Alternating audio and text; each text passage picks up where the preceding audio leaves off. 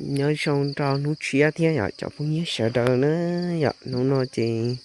cô căn tu chỉ cô chỉ cho nhung cô lối tu nên để nó xưa ya cô chỉ tao phải hiểu bữa tao trả tao thế ya tao sẽ có nói nửa lo để chế nó ya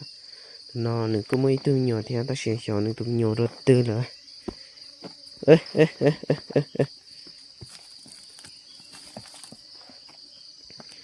cho bé chỉ số bố tao trả có tí tiết tao nó sẽ chỉ như bố bự tao nữa nè rồi chỉ bố bé tu bé nó sản như nó chỉ những hai giống lô lô nhà lý nó nhỏ chỉ muốn tao họ hai giống lô lô nó chỉ muốn nhỏ rồi cho té khó nha và chừng đó đôi nó thì chừng cho bố nhỏ nó sẽ vậy thì về thì mù ô lúc chia cho bố nên đã cho bé chuyện như mù nhon đã vậy thì nó bé cứ ở tô lá cá lo luồm kia bé lúc sáng như nó nhỉ và sáng được phải chơi nó đi ra bún đỏ họ phải nuông để thâu cú giò khó trả ha cú giò vẫn còn đỡ san trầu nè bún đỏ để cứng gỗ san trầu là phải nuông nó vậy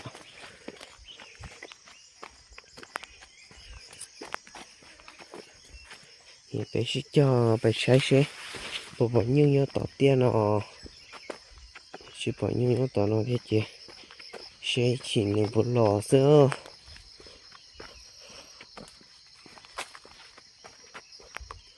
nó chỉ cho số như nó cứ ý nhau là rồi vậy ạ như là cô cỡ tên số nó thế tên này cậu tao còn áo lo có sống biết là rồi sợ gì như cô nhà tao cho hòa cậu tao lo có sống được nó thế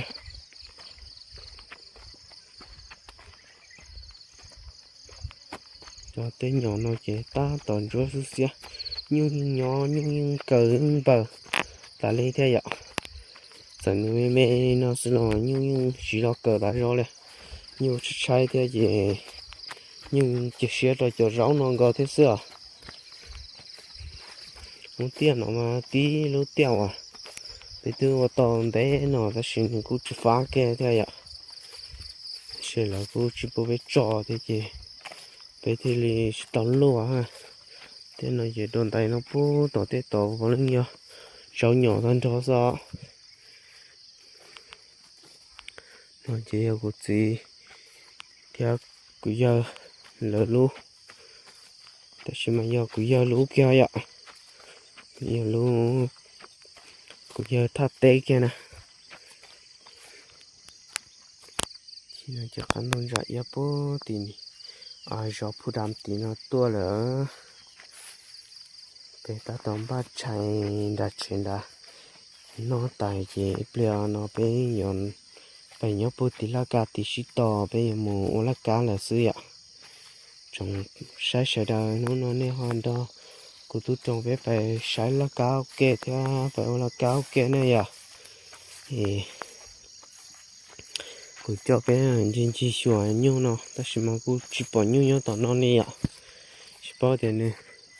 nhiêu bé từ ạ chỉ có bự tao trong vào nó chỉ bự tao trong vào nó hay chứ mà chú sẽ chỉ bù lo đây nó là do lì thầu nó mò tạo cho mong cầu vì gì mà đi bự ạ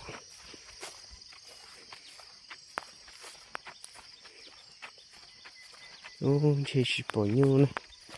cho nhiêu bài khó tử chỉ bỏ cho ít tu liền à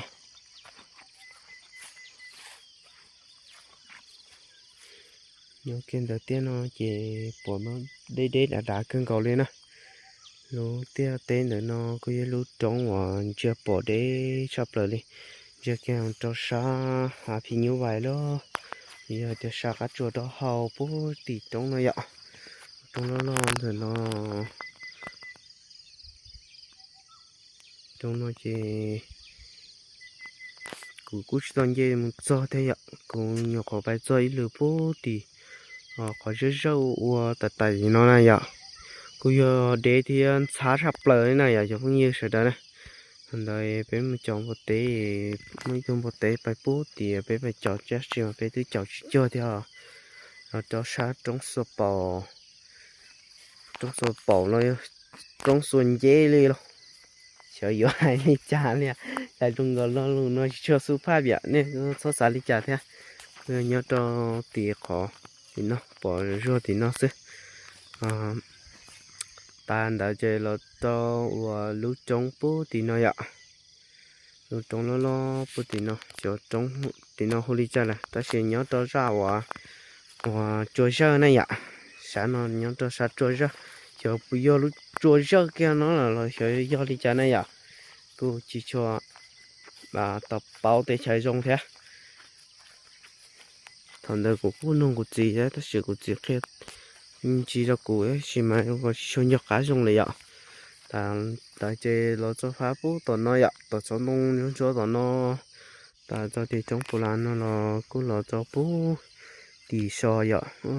tỷ so là cô bỏ lên bọc xí này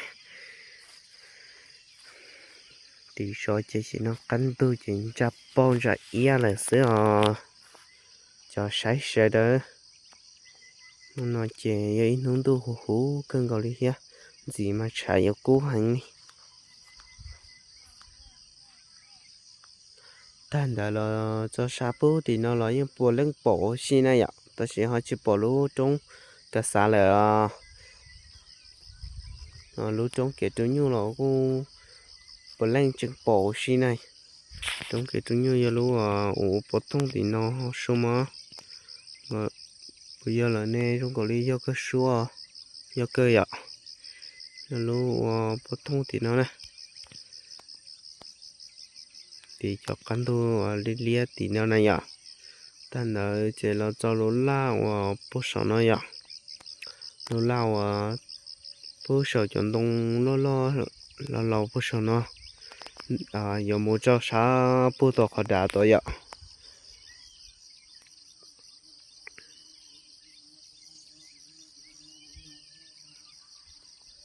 thì nó chế bỏ lưng nhỏ bé tê liệt cú tê sẽ chế cho bé tê cú liệt cú tê sẽ là những giờ cho nè cho chị cho bao cho giờ nè tê cú liệt cú tê thế để nó mà chờ đi bé bảo mà lúc tiên để nó giờ lúc cúi sao đầu này ạ xử lý giờ lúc cúi sao đầu cho trở đi của chị liệu theo cúi giờ là hai mà lúc có giờ lúc cúi sao đầu bắn lon này ạ thủ là cô nhớ là nó chế là mà đi bay nhớ trò bốn trả tụ đen trả lại ạ thầu của giờ tụ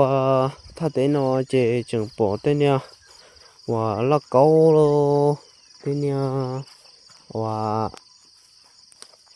cho nên xài hú này ạ xài hú lo tên nha là câu tài địa lo cho tên nha cú chìa cú chùa tên tới này ạ cái mù xí này ạ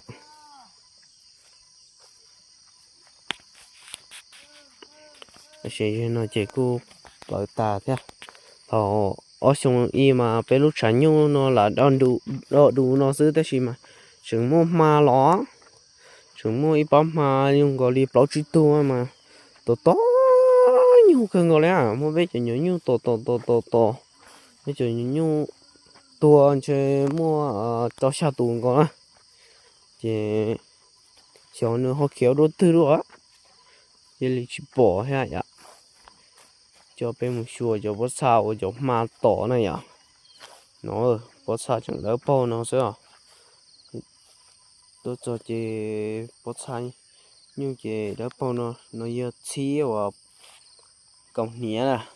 sao chị nếu chúng nhau và ma tỏ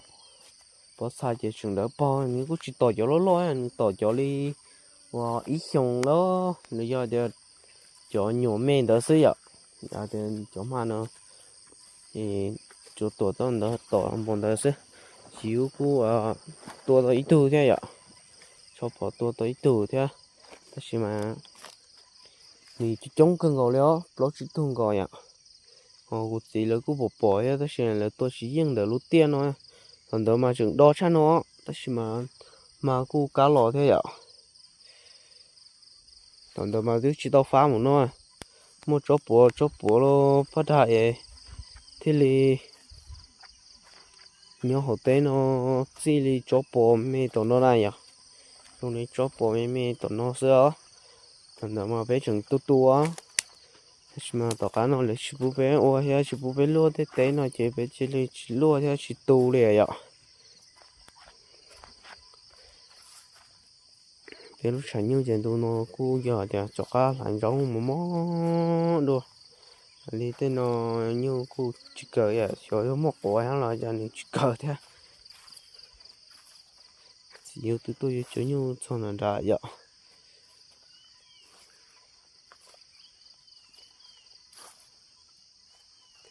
Giờ thì còn nói giờ là trường bố ở bé tu đấy ạ, bé tu bé số chia cho nhiều cờ nói, bé trường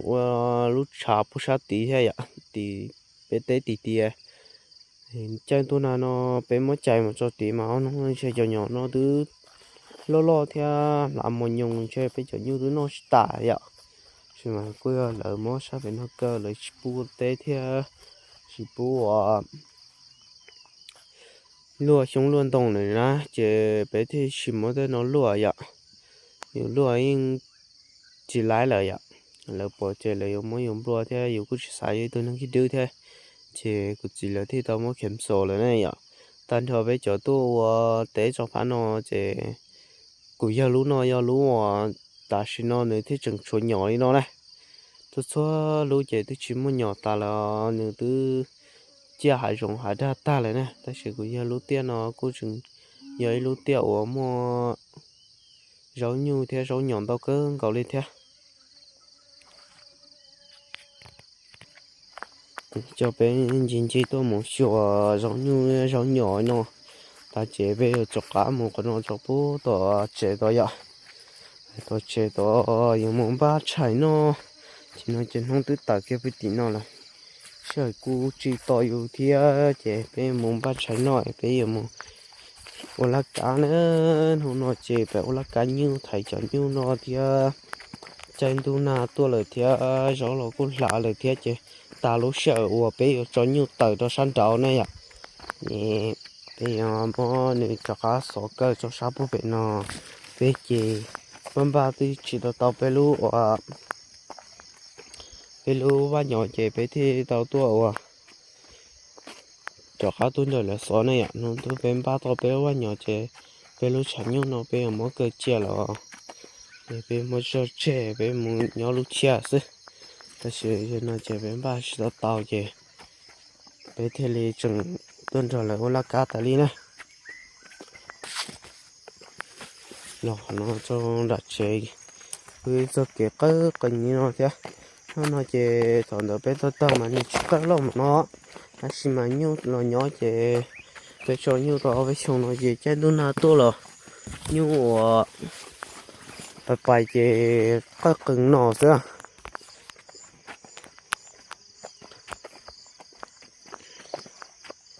Ô cho nhiêu thứ lò này nó ở bên tủ thế ạ, cho nhiêu nó nên chỉ nhớ đầu tiên là nên trăng hoa san đầu nắp bên cho nhiêu chị nhớ chú chung cần có số nó với cho chị nhớ số nó tàn á, số tu bố thì chỉ bỏ ra cho nó chuyển đủ ý mua ý chia thứ lò mua bốn đào đà thế ạ. Chỉ dùng một sải kia chỉ dùng tụ phun đạn nó thế chứ, tụ nó bây giờ tụ chỉ có một cái cú, ông nó nên chứ một chỗ khác đủ rồi à này, nhưng chỉ đa giả liệu không ý à, tụ nó không nó có nhiều cái gì, cú ya, cho nên mình nhỏ ông nó mới li lo lệ ta.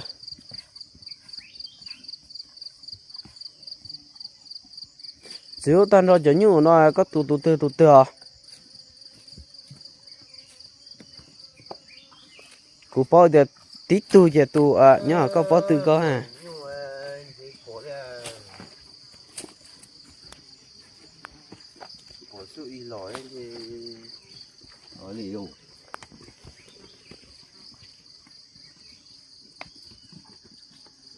chiếu có bao phải bao cho mua từ từ của bao ốc khu của nó bao thì đấy nó như ở đây cũng như trộn thầu bao thì cái bao này hay là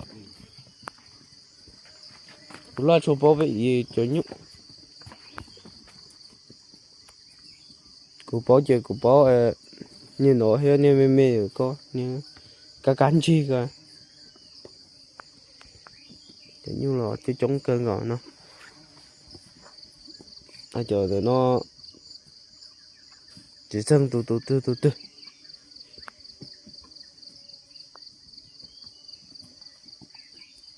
thế như nó nếu chỉ bự đầu tiên đó nếu bự sáu nếu nhỏ sáu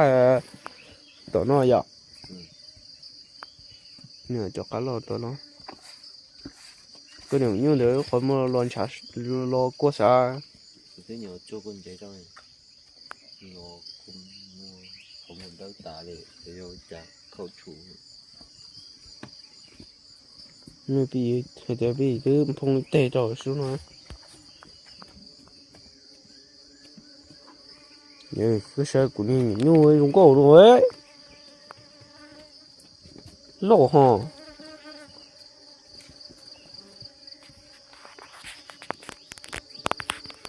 cháu nó ý cụ đứa bỏ lỡ cho nó xả cháu nó mê cho nè đó giờ mới xong nha tụi nhiều cái nó như là cho chúng cưng gầu từ chạy nó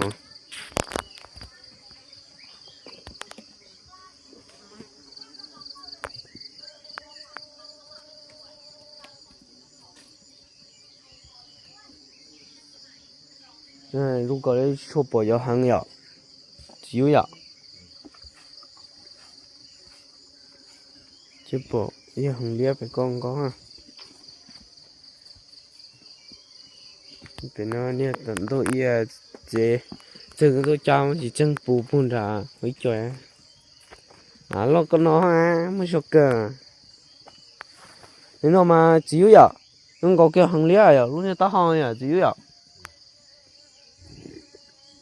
nhìn chỗ nó nhưng chỉ thông á nhìn chỗ xe nhìn chỗ chỉ xe bộ hàng lia luôn ha ủa có chuyện cần chúa có ra cứu tôi hay nè không sai thò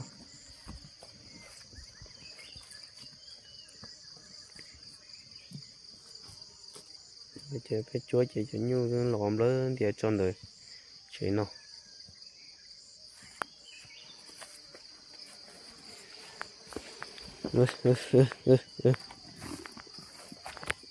nó mà dư tụi màu nó cũng chỉ mới hử cho cũ nó vậy yêu mình nhỏ lo mà luôn có thông li như nhẹ kia như mình nhỏ nha lo cho nó từ mấy chồng nó thế nó giờ chỉ họ cũng chỉ có mới hử cho cũ yêu bé tôi nhỏ cho tụi nó ít tôi chỉ do và nữ lo vậy ít tôi mà do nữ xỉa tiểu trên ma tỏ xuống một thỏ ma tỏ điểm ma ló nữa nè xỉa ít tôi xỉa đó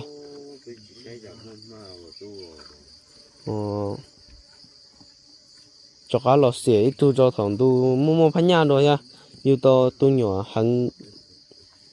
cũng câu cân gọi liệu tôi mà do tôi nhỏ câu ta chỉ họ là tôi cho thầu mua cho phá nhà thì vậy tôi nhỏ hẳn sống câu cân gọi đi thế ta chỉ mà cho cá lò cho tôi nơi tôi nhỏ cứ tôi nhỏ hẳn đã nói vậy tôi nhỏ hẳn đã nói thì nhỏ có chiếc hầu chỉ mỗi người cho cũ nó vậy tôi yêu bé tôi này ta chỉ mà tôi đã nói thì lo hay vậy rồi cho chị yêu cho sợ yêu là chỉ không sợ nữa mà yêu cho sợ là ô cho nhiều á mà ô cho chị tôi ta lấy ạ thì nhỏ cho cá là yêu cho tôi đã nó tôi nhỏ nhiều à đủ đủ cân gọi lên thế xong có cân gọi lên thế ta chỉ mà nếu mất cú à như em trên đầu thầm đa đó vậy như bật thơ sao mẹ có tụ ao từ á có tụ ao tê phía nó chỉ lệ a này lệ a ô bà kỳ mà có yêu nhỏ có tao là tê a mới trô rồi yêu thật tê nửa hai cho coi ép lên nửa hai coi tê tao có đầy nhỏ tía sao mà nó nó dài luôn này đấy lệ a âm cơ đừng mua được từ ta ơ nếu được từ tả cái gì tôi không nhung lo cái tôi nhau là nó sẽ vậy chỉ chuẩn tao á chuẩn tôi là nó sẽ cái gì tôi à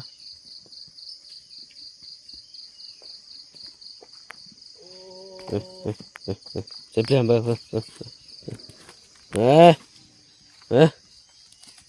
lố lô cân gỗ này không chỉ cân gỗ này à đúng nhung à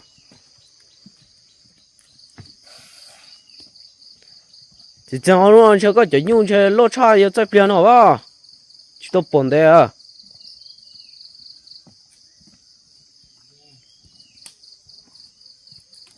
肚子大了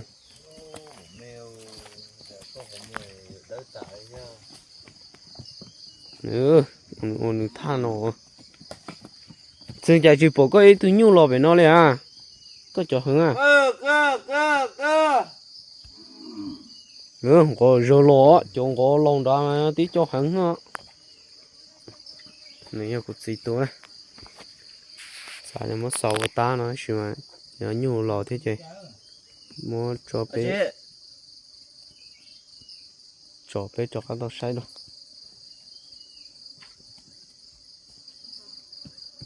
tôi nói nó phong màu tù lo tôi nó lọ giờ thì luôn có lên tù blog trực trắng về coi yo cụ gì tù đó ní yêu tới tôi nhỏ hẳn á xem tôi nhỏ hẳn đủ ý à chứ tôi phải tua chỉ có nhá yêu mò à đủ ý đó tôi không có cơ chẳng tôi nó blog chỗ ta này blog chỗ ta này ao từ đằng leo đã nói bổ đấy cơ gói tôi lâu hơn gò luôn để nó sẽ yêu tôi tươi ạ gò lo xin tờ á niềm mẫu hả nên chỗ niềm mẫu lâu lâu sao niềm mẫu nó chỉ chân này à cho niềm mình nhổ cho niềm tao nó chỉ chân niềm nhổ chúng có vậy bỏ quán nhẹ vậy đi yếu có hai niềm tao nó niềm tao ý à chỉ chân cho nó đi trả cho nó chân đại yêu nhổ kia trả là phần đấy ta kỳ yêu kia chỉ nhung à cô lọ xin thả ha nhớ lỗi nhớ lỗi cái này yêu tôi nhung cao lọ tôi à tôi hận yêu tôi lo rồi tôi lâu rồi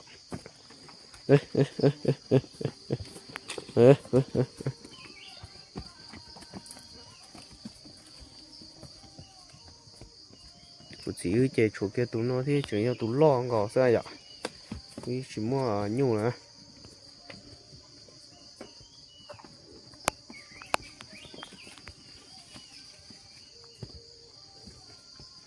nói thì tôi hứng nhủ lo sắp lần được chỉ cho nhủ sẽ